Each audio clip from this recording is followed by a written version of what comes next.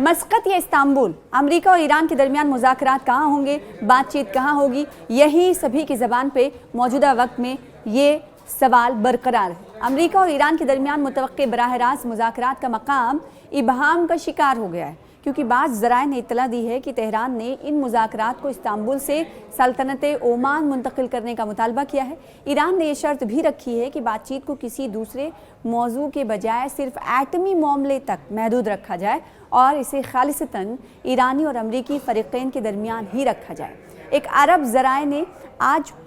انکشاف کیا ہے کہ ویب سائٹ کے مطابق امریکی اور ایرانی فریقین کے درمیان مذاکرات آئندہ جمعے کو سلطنت عمان میں ہونے کی توقع ہے۔ اسی ذرائع نے مزید بتایا کہ امریکی صدر ڈونلڈ ٹرمپ کی انتظامیہ نے مذاکرات ترکیے سے منتقل کرنے کی ایرانی درخواست منظور کر لی ہے۔ تاہم ان مذاکرات میں دیگر عرب و اسلامی ممالک کی شرکت کے حوالے سے اب بھی مشاورت جاری ہے۔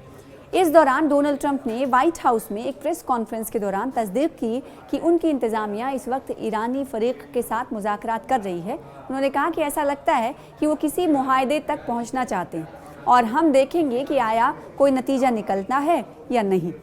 انہیں کچھ عرصے قبل کچھ کرنے کا موقع ملا تھا لیکن بات نہیں بن سکی، جس کے بعد ہمیں سخت اقدامات کرنے پڑے جن میں مڈ نائٹ ہیمر آپریشن بھی شامل تھا۔ ڈونلڈ ٹرمپ نے مزید کہا کہ میرا نہیں خیال ہے کہ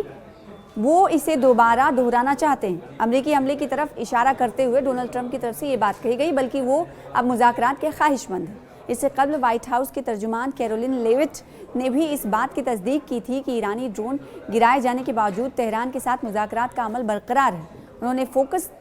کرتے ہوئے اس بات کو ایک انٹرویو کے درمیان کہا کہ اس واقعے پر تبصرہ کیا کہ خصوصی ایلچی اسٹیو وٹکوف اس ہفتے ایرانیوں کے ساتھ مذاکرات کے لیے تیار ہیں۔ انہوں نے یہ بھی اشارہ دیا کہ امریکی صدر کے پاس ایران کے حوالے سے کئی راستے موجود ہیں جن میں فوجی طاقت کا استعمال بھی شامل ہے۔ یہ بیانات امریکی سینٹرل کمانڈ کے ترجمان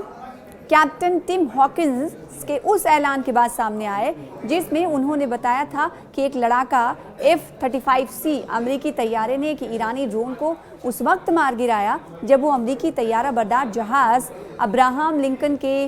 انتہائی قریب آ گیا تھا۔ یہ پیش رفت ان علاقائی ذرائع کے انکشاف کے بعد ہوئی جنہوں نے منگل کو بتایا کہ ایران کا مطالبہ ہے کہ امریکہ کے ساتھ مذاکرات ترکیے کے بجائے سلطنت عمان میں ہو اور ان کا دائرہ کار صرف ایٹمی مسائل پر دو طرفہ بات چیت تک محدود رہے۔ اس مطالبے نے پہلے سے حساس سفارتی کوششوں کو مزید پیچیدہ کر دیا۔ واضح ہے کہ مذاکرات کے مقام اور ایجنڈے کو تبدیل کرنے کی ایرانی کوششیں ایک ایسے وقت میں سامنے آئی ہیں جب مشرق وسطیٰ میں امریکہ کی جانب سے اپنی افواج کی کمک بڑھانے کے باعث تناؤ میں اضافہ ہوا ہے، جبکہ علاقائی فریقین اس بحران کو حل کرنے کے لیے دباؤ ڈال رہے ہیں، جس کی وجہ سے گزشتہ ہفتوں کے دوران فضائی حملوں کی دھمکیوں کا تبادلہ دیکھا گیا تھا۔ امریکی صدر ڈونلڈ ٹرمپ نے کہا کہ امریکہ اس وقت ایران کے ساتھ مذاکرات کر رہا ہے۔ دیکھیں، لگاتار ان کی طرف سے بیانات آ رہے ہیں اور بیانات میں تبدیلی دیکھی جا رہی ہے، لیکن اس بیان میں کتنی سچائی ہے اور دوسری طرف جو پیش رفت کی حوالے سے یا پھر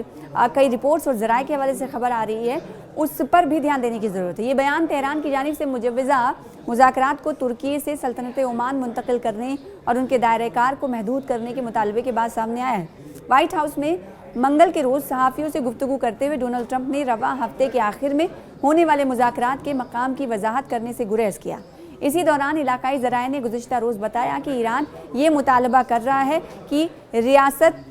متحدہ امریکہ کے ساتھ اس ہفتے ہونے والے مذاکرات ترکیے کے بجائے سلطنت عمان میں منعقد کیے جائیں اور ان کا دائرہ کار صرف ایٹمی مسائل پر دو طرفہ بات چیت تک محدود رکھا جائے۔